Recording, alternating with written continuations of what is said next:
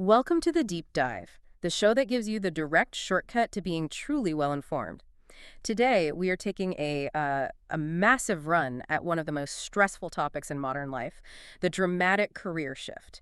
We're deep diving into the psychological and tactical blueprint for, really, a total life reinvention. It's this concept author Barbara Oakley calls the mind shift. It really is.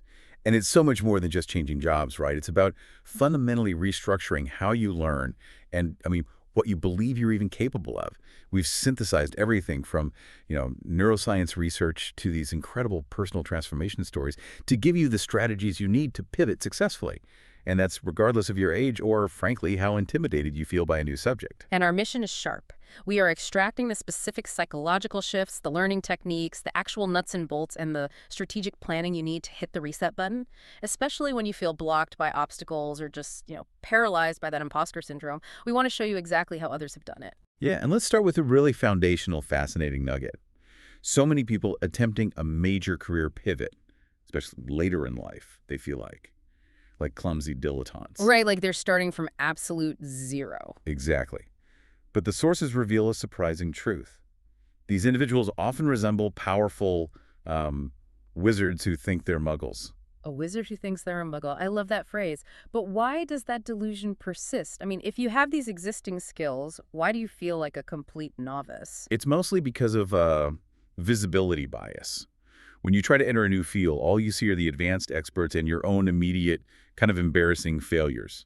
You focus on the specific knowledge you lack, let's say organic chemistry, and you completely disregard the sophisticated systems knowledge or communication skills or emotional resilience you built up over 20 years in your last career. So the first step of this mind shift is just recognizing that you're bringing an invisible superpower to the new arena, even if you can't see how it applies just yet. Exactly.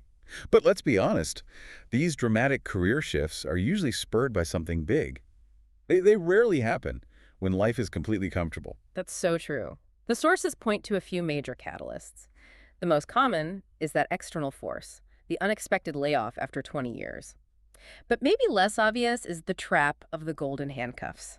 Oh, that feeling of being trapped. You hate the work, but the salary, the benefits, they're so high that leaving feels, financially catastrophic.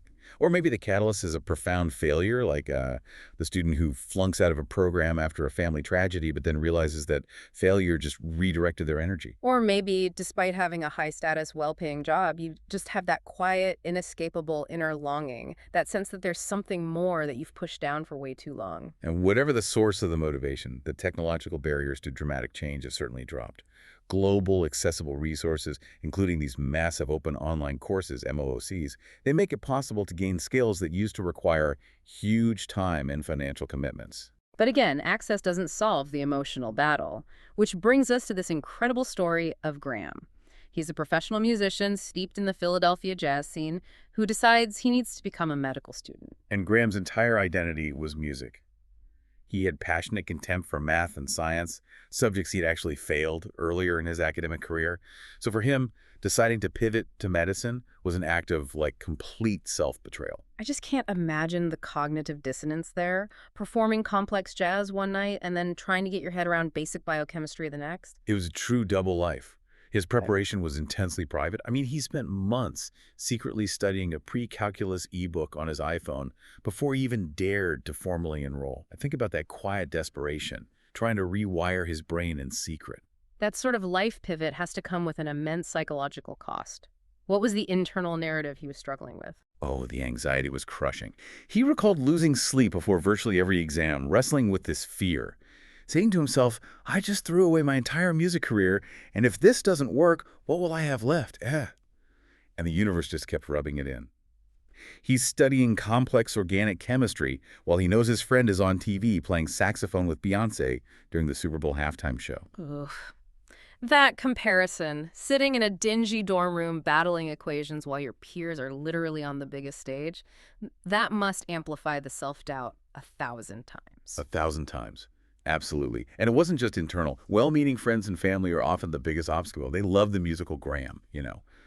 and they tried desperately to discourage him, suggesting easier careers or safer paths. This planted serious seeds of doubt. It forced him to keep his medical ambitions quiet from his musician peers, just so he could maintain those professional connections and not burn his bridges. He had to become a master compartmentalizer just to survive the transition. But how did he actually overcome that core belief, I'm not a math science person, which is such a profound mental block for so many of us? And this is where the emotional shift connects to the technical shift. Graham realized he had to drop his pride. He recognized that his previous failures stemmed from him trying to fake it, trying to look smart, trying to just get by. That ego trap, it's the hardest one to escape, especially for high-performing adults. It is. He used to think only the slow kids went for extra help, but he realized the goal wasn't to look like a genius in class. The goal was to get an A on the test. He stopped trying to manage appearances and just committed himself fully. He became, in his own words, a completely different student. And the proof, he went from barely passing high school chemistry to earning an A in college-level chemistry. That's a staggering improvement. It speaks volumes about attitude change. But sheer motivation, that's not enough when you're tackling really complex material. He had to leverage specific learning mechanics, which brings us to the science behind mastering difficult material. That's vital. To absorb dense subjects like advanced math or chemistry, you have to shift from passive memorization to actively building expertise through what neuroscientists call chunking. Chunking. It sounds technical, but it's basically forming small, solid neural units of knowledge that you can recall instantly. How does deliberate practice play into that? It's the critical distinction. You can't just repeat what's easy or what feels good. Deliberate practice means you are repeatedly focusing on the most difficult parts of the material. You're forcing those neural connections to become stronger, more automatic. If you keep getting one type of homework problem wrong, you don't skip it. You practice that problem over several days until it becomes a single, accessible chunk. So if I've successfully chunked something, how do I know? Is it just instant recall? It's the feeling of effortless, automatic understanding. It moves past simple memorization to conceptual knowledge. Think about how a musician or athlete practices. They don't practice the opening scale they nailed yesterday. They practice that tricky bar they keep stumbling over. Once you don't have to actively think through every single step of a chemical equation, it's chunked. Right. And Graham also found that even with the best intentions, his studying was just wildly inefficient until he introduced some structure. And that's the introduction of the Pomodoro technique. It's deceptively simple, but it's incredibly effective for active studying and beating procrastination. It demands working in short, focused bursts, usually 25 minutes, followed by a short, purposeful break. Okay, but why 25 minutes? Why not, 2 hours of intense focus? Because intense, focused attention is cognitively exhausting. The 25-minute cycle forces you to make studying an active process. You know you only have a short time, so you're less likely to wander or check your email or just passively stare at your textbook.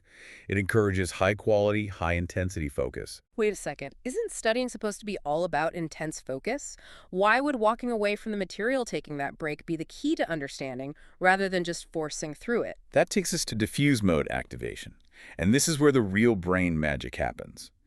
Our brain has two primary thinking modes: focused, which handles immediate tasks, and diffuse. When you take a break, when you walk or sleep or simply let your mind wander without a specific task, you activate that diffuse network. And what is the diffuse network doing while I'm walking the dog or making a sandwich? It's processing in the background. It's making new synaptic connections across different neural regions. The problem you couldn't solve in your focused 25 minutes is being processed globally, allowing the brain to form novel links between disparate concepts. This is exactly why those aha moments happen when you're in the shower, not staring at your notes. You need to consciously shift tasks to leverage both modes. Okay, so once we master the learning mechanics, we need to talk strategy. If someone is pivoting from one field to a totally new one, are they structurally disadvantaged compared to someone who's been in that field for 20 years? Quite the opposite a lot of the time. We go back to the work of Thomas Kuhn, who studied how scientific revolutions happen. He noted that revolutionary breakthroughs, paradigm shifts, are often made by two types of people. The first are the young, who lack the intellectual baggage of established convention. And the second type, the ones relevant to our Mindshift discussion. The second group are older people who have switched disciplines or careers. They bring, and this is the key, seemingly unrelated prior knowledge to the table. This allows them to see problems with fresh eyes. They don't know the traditional rules well enough to be constrained by them. This moves us beyond that limiting concept of the T-shaped career, which suggests you need one deep area of expertise and then just broad, shallow skills. And introduces Patrick Tay's vital concept, the Po-shaped career. This model, which is championed for career resilience, requires two areas of deep knowledge, balanced by broader skills. The P-shape offers flexibility and massive risk reduction. Talk about that risk reduction. If you have two deep skills, how does that make you more resilient in a volatile job market? Well, if the sector tied to your first skill becomes automated or obsolete or suffers a massive downturn, think about what happened to certain banking roles after 2008. You don't fall back to zero. You have an entire second deep skill set that makes you immediately pivotable. For example, a bank worker who gains deep knowledge in financial products, coupled with a deep secondary skill like a counseling or a social work certification. If the bank sector collapses, they can pivot into the high-demand social service sector using that second expertise rather than scrambling for a completely new, shallow job. That is true strategic planning, building options right into your skill set. What's amazing is how often those previously useless skills or deep hobbies become the foundation for that second leg of the pie. Oh, absolutely. The sources provide fantastic examples. Look at Tanja DeBee. She was hired by Leiden University to manage MOOC forums, but she lacked a traditional academic degree in the field. Her critical expertise came from her intense hobby, high-level online gaming. So she applied skills she learned dealing with what? Guild structures, complex community rules, and yes, internet trolls. Exactly. Her ability to manage community behavior, handle toxic environments, establish rules, and motivate these decentralized groups. That was far more relevant to running a massive online educational community than a master's in educational theory might have been. She essentially created her own job because she had unconventional, highly relevant self-taught expertise. That's the mind shift of action, seeing a hobby not as a distraction, but as a deep expertise waiting for the right application. And we see a similar thing with Kim Lashett's career pivot. Kim was a highly skilled event planner, budgeting, logistics, managing vendors, dealing with people under intense deadlines, a people person. When she needed a change, she pivoted into a role as an IT system administrator, a field she had zero formal experience in. On the surface, those careers have nothing in common. One is data and machines. The other is parties and budgets. But she quickly realized the transferable skill wasn't event planning itself. It was meticulous process design, project management, and attention to unfolding details. She was essentially applying her event planning skills managing complex, interlocking systems to achieve a high-quality outcome to programming and IT processes. The data-heavy IT field is desperate for people persons who can translate technical needs into user-friendly systems and manage that human interface. That reframing is key, recognizing the core intellectual skill beneath the surface occupation. Now let's talk about the mental fortitude required for these pivots because they demand serious psychological resilience. We need to talk about mindset hacks. The most powerful one is cognitive reappraisal of emotion. This means actively, consciously reframing a negative or stress-inducing situation. Is that just sophisticated positive thinking? It's far more active. It's neurological self-management. When you consciously interpret a crisis, say a job loss, not as a disaster, but as a forced opportunity to pivot, studies show that process actively reduces the negative emotional response being triggered in your amygdala. You are literally quieting your stress center by consciously shifting perspective. And this reframing is so critical for tackling something every high achiever experiences: imposter syndrome. Oh, the feeling of being a fraud. It's incredibly common, especially when stepping into a high-stakes new role. Look at Princess Alate, a highly talented Ghanaian student who had intense public speaking fear and faced tremendous family tragedy. When she started her engineering program, she was just crippled by self-doubt. How did she start to chip away at that feeling of fraudulence? She was placed in charge of an all-male team designing a storage container. And initially, she questioned every direction she gave, but she began to observe the team's objective, consistent reliance on her judgment. She realized that the team saw her as the capable, technically excellent leader she was. This external, objective assessment of reality was what eventually toned down her self-critical circuits. So she didn't need to suddenly feel confident. She needed to recognize her actual capability, which was being validated by the results she was delivering. Precisely. And the sources also point out a critical insight. Self-doubt is not always bad. Excessive conviction can be dangerous, leading to the type of expert who refuses to adapt when new facts emerge. A dose of humility and self-doubt is essential for staying open to learning. especially during a major career switch. That connects beautifully to our final case study, the Singaporean entrepreneur, Adam Khoo. He struggled immensely in conventional education, but he managed to leverage his perceived flaws into massive competitive advantages. Adam Koo had several traits society would deem bad for a knowledge worker or educator. First, he was noted for having a poor working memory and being a naturally slow learner. Which, in the competitive world of high-stakes education, sounds like a career killer. It was the opposite. His poor working memory forced him to develop incredibly effective techniques.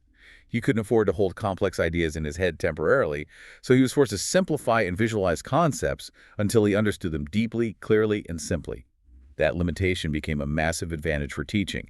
He could explain complex ideas with greater clarity than those who could just memorize them instantly. So his weakness became his greatest pedagogical asset. It forced simplicity. What about his chronic anxiety? Adam is a natural worrier. He learned to weaponize that anxiety. Instead of letting worry paralyze him, he used it as an insistent reminder to prepare carefully and meticulously. He would spend hours preparing for a presentation that others would just brush off. And once he was fully prepared, he would use cognitive reappraisal to let go of the residual anxiety, knowing he had done everything possible. The anxiety became a preparation fuel gauge. That's fascinating. Not trying to eliminate the negative trait, but channeling its energy. And finally, he was a massive contrarian. When people doubted his huge, ambitious goals, like getting into a top university, which his teachers and family discouraged him from even aiming for, the negative comments didn't make him wilt. They strengthened his resolve. He used external resistance as pure fuel for his ambition. What a powerful lesson in reframing not just circumstance, but personality. We've covered the necessity of the learning lifestyle, the strategic advantage of the FUT-shaped career, and practical mental techniques like the Pomodoro, chunking, and cognitive reappraisal that enable fundamental change. And if you need one final piece of evidence that focusing on your ability to learn and adapt is the most valuable trait you can cultivate, look at what the research shows for hiring in the modern economy. You're talking about Google's findings on what makes a great employee. Precisely. Their former senior vice president of people operations stated that the number one thing they look for in successful hires is not conventional IQ. It's general cognitive ability, learning ability. It's the ability to process on the fly. It's the ability to pull together disparate bits of information. That ability to execute a successful mind shift is the new measure of intelligence. It's not about how quickly you can recall facts. It's about how quickly and flexibly you can learn new ones and combine them. And remember that powerful correlation we discussed earlier. Many highly creative people often have poorer working memories, specifically because that forces them to find workarounds. And those workarounds are often the genesis of true creativity. So here's a challenge for you listening right now. Take one trait you perceive as a flaw. Maybe you're a chronic worrier like Adam Khoo. Perhaps you're easily distracted, or you struggle with conventional rote memory. Identify that trait and commit right now to reframing it. Think about how that very flaw might force you to develop a unique structure, a simplifying technique, or a preparation routine that could become the source of your greatest strength and innovation in your next career pivot. It might just be the secret wizard power you've been ignoring.